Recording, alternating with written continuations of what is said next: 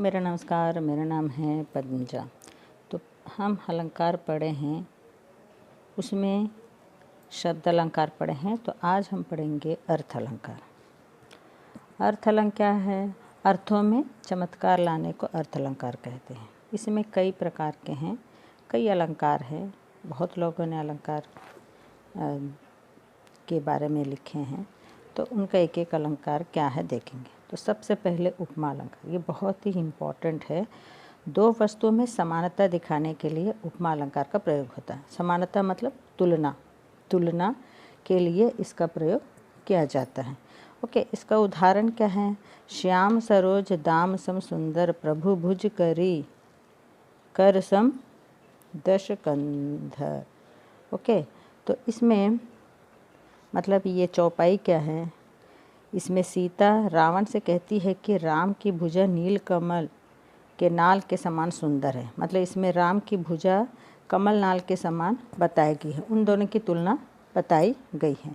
इसका और भी हम बोल सकते हैं कैसा? चांद सा सुंदर मुख। ओके, चांद सा सुंदर मुख, चांद सा सुंदर मुख। ये क्या है? चांद जो है उपमान है, सा जो है इसको हम कहेंगे वाचक, अभी हम पढ़ेंगे। और सुंदर जो है साधारण धर्म है, और मुख क्या है? उपमेय। अब हम पढ़ेंगे उपमेय क्या है, उपमान क्या है, वाचक क्या है, साधारण धर्म क्या है। तो उसके अनुसार क्या है? उपमा अलंकार के 4 अंग होते हैं। उपमेय प्रस्तुति, मतलब वस्तु भी हो सकता है, इंसान व्यक्ति भी हो सकता है। उपमान अप्रस्तुति, उसकी कल्पना या तुलना करते हैं। वाचक और साधारण धर्म, एक एक के बारे में हम पढ़ेंगे क्या है वे। तो सबसे पहले उपमेय, जिसकी उपमा दी जाती है, यानी उपरोक्त चौपाई में राम की भुजा जो है वो उपमेय है, प्रस्तुति है, प्रेजेंट दिखता है। ओके, उपमान क्या है? जिससे उपमा दी जाती है, जिसकी तुलना की जाती है, उसे हम उपमान कहते हैं। मतलब उपरोक्त चौपाई में क्या है? नील कमल की नाल जो है वो उपमान है। उपमेय और उपमान अच्छे तरह समझ लीजिए। बहुत सारे अलंकार में यही अधिकतर पूछते रहता है, उपमेय और उपमान। उपमेय मतलब वस्तु जो दिखता है, उपमान उसकी तुलना करते हैं। ठीक है। तीसरा है वाचक, जिस शब्द से चौपाई में समानता दिखाता है उसे वाचक कहते हैं। उपरोक्त चौपाई में शब्द क्या है? सम। सम जो है यह समानता प्रकट करता है। और साधारण धर्म, जिसमें गुण, सम क्या है? समानता प्रकट करता है, वो वाचक है। साधारण धर्म क्या है? जिसमें गुण की समानता प्रकट की जाती है, उसे हम धर्म कहते हैं। मतलब उपरोक्त चौपाई में सुंदर बोला है ना, वही तुम्हारा साधारण धर्म है। अब एग्जाम्पल दी थी। ओके, क्या था?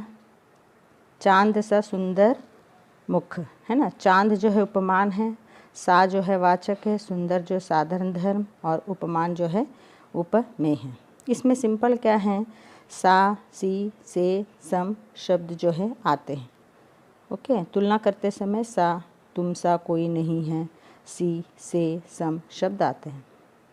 ओके, अभी एग्जाम्पल दी थी ना, चांद सा सुंदर मुख।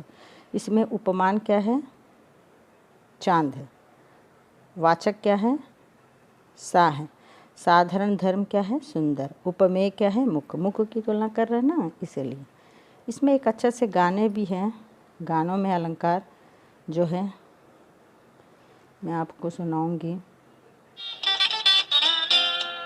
ये चांद सा रोशन चेहरा, जुल्फों का रंग सुनहरा, ये झील सी नीली आंखें, कोई राज है इनमें गहरा। तारीफ करूं क्या उसकी जिसने तुम्हें बनाया। सुने ना आप, ये जो गाना है ये उपमा अलंकार के आधार पर बनाया गया है। और नेक्स्ट हम देखेंगे उपमेय उपमा। तो क्या होता है? उपमेय और उपमान क्रमशः एक दूसरे के उपमान और उपमेय मानने दिए जाते हैं। मतलब एक दूसरे को बराबर समझते हैं, तो उसे हम उपमेय उपमा अलंकार कहते हैं। तो इसके संबंध में भी एक अच्छा गाना है, आपने सुने ही होंगे, लेकिन गानों में अलंकार छाड़ना ही हम कोई हमें प्यार करे, कोई जान निसार करे, कोई हमें प्यार करे,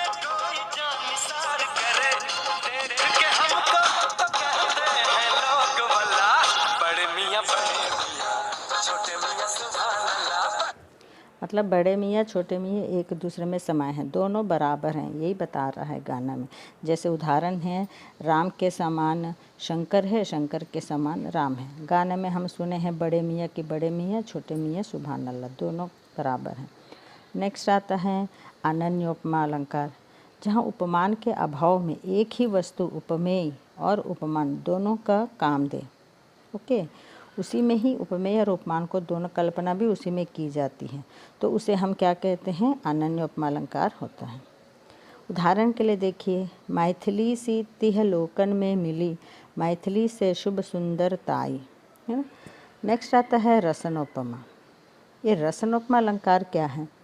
ओके, रसन उपमा में क्या होता है, रसनोपमा अलंकार में रसना करधनी को कहते हैं, अतएव रसनोपमा में करधनी की भांति अनेक उपमेय और उपमान कड़ियों की श्रृंखला, ये मेन है, कड़ियों की श्रृंखला में बनी रहती है। मतलब हम वर्णमाला के खेल में करते हैं, जैसे एग्जाम्पल देखिए, मति से नति, नति से विनती, विनती से रति चारू, है ना। फिर रति से गति, गति से भगति, तो मैं पवन पुकारूं। यहाँ मति गति, मति नति, नति से फिर बना है, फिर विनती से बना है, फिर रति से बना है गति, गति से बना है भवती, है ना। तो कड़ी है, कड़ियों की श्रृंखला से बनती है, उसे हम रसनोपमा कहते हैं। इसके संदर्भ में भी एक अच्छा गाना है जो कि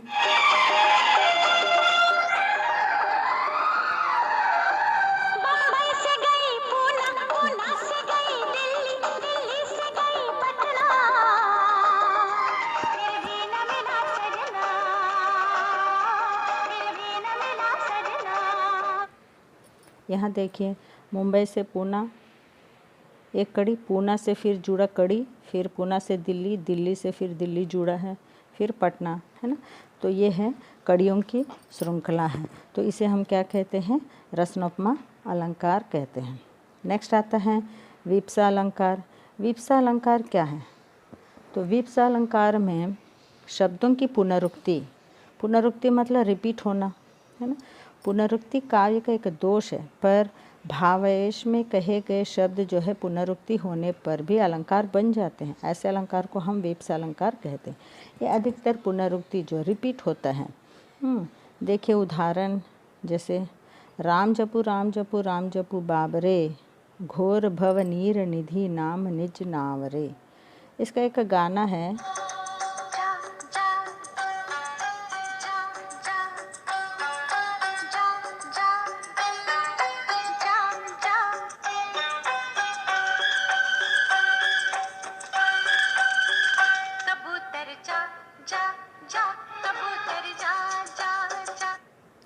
ये गाना है ना, वो रिपीट हो रहा है वर्ड्स, कबूतर जा, तो वो पुनरुक्ति काव्य का एक दोष है और ये भी एक अलंकार बन जाता है, इसे हम विप्सा अलंकार कहते हैं। नेक्स्ट है प्रतीप अलंकार। प्रतीप अलंकार में क्या होता है, जब उपमेय को उपमान से बढ़कर, मतलब जो है उससे अधिकतर बढ़ाकर चढ़ाकर, मतलब उसका तारीफ कर देते हैं, तब वह प्रतीप अलंकार होता है। जैसे राम रावरे बदन की सरवरी करत मयंकर, ते कवि गण झूठे जगत लखी मलिन सकलंक। इसमें भी है एक अच्छा गाना जो मैं आपको सुनाऊंगी।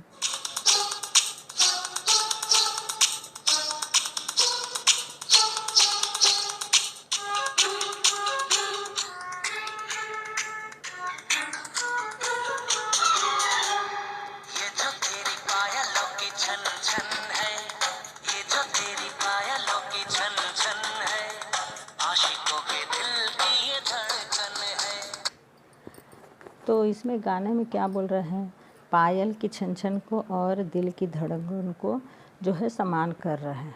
तो इसका और एक सिंपल उदाहरण भी देख सकते हैं, चंद्रमा मुख के समान सुंदर है, चंद्रमा मुख के समान सुंदर है।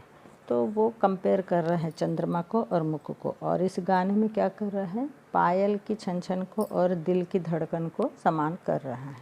ओके, नेक्स्ट आता है उत्प्रेक्षा अलंकार। उत्प्रेक्षा अलंकार, जब उपमेय में उपमान की संभावना या कल्पना कर ली जाए तब उत्प्रेक्षा अलंकार माना जाता है। इसमें अधिकतर शब्द क्या आते हैं, मानो, मनहु, जनू, जानो।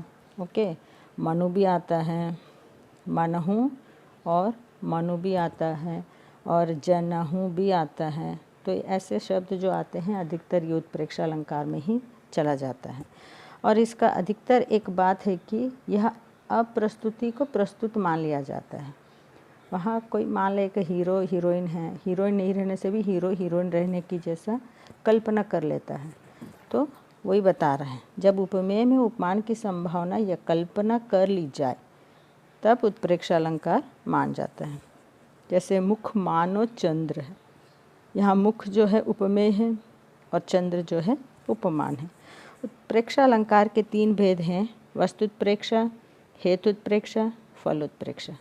ये जो भेद है नहीं पूछता है, लेकिन उत्प्रेक्षा अलंकार सीधा क्या क्या है आप लोगों को जान लेना चाहिए। तो वस्तुत्प्रेक्षा क्या है? एक वस्तु की दूसरे वस्तु में उत्प्रेक्षा कर लेना ही वस्तुत्प्रेक्षा है। वैसे हेतु कारण न रहने पर भी कारण की संभावना करने से वह हेतुत्प्रेक्षा अलंकार है। वैसे फलोत्प्रेक्षा, अफल में फल की कल्पना करने पर फलोत्प्रेक्षा अलंकार होता है। मतलब उद्देश्य नहीं है, उसे उद्देश्य मान लिया जाए तो फलोत्प्रेक्षा अलंकार होता है। उदाहरण के लिए तरणी तनुजा तट तमाल तरवर बहुछाये, झुके कूल सो जल परसन हित मनहु सुहाए। इसमें क्या आया है? मनहु आया है। तो यह क्या है? आपका उत्प्रेक्षा अलंकार है। वही अभी ट्रिक बताई ना, आप प्रस्तुति को प्रस्तुत मान लिया जाए तो वहाँ पर उत्प्रेक्षा अलंकार आता है। हमें अलंकार निकालना अच्छा है।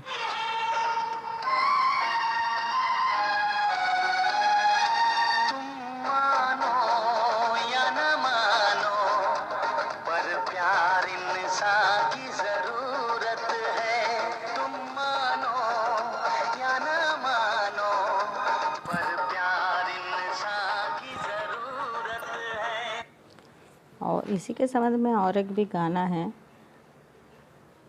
जाने क्या बात है, जाने क्या बात है, नींद नहीं आती, बड़ी लंबी रात है। ये गाना है।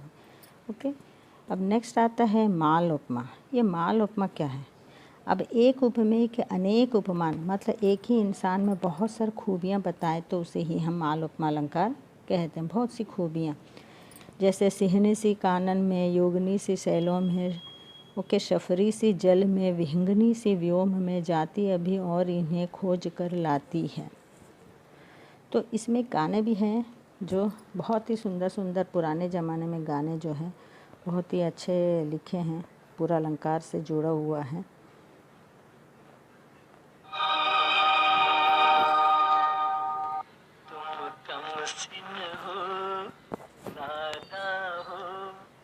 नाजुक हो, भोली हो, तुम कम सिन हो, नाजा हो, नाजुक हो, भोली हो, सोचता हूँ मैं कि तुम्हें प्यार ना करूँ। और एक गाना भी है जो माँ अपने बेटे के लिए गाते रहती है, बढ़िया सुंदर सा गाना।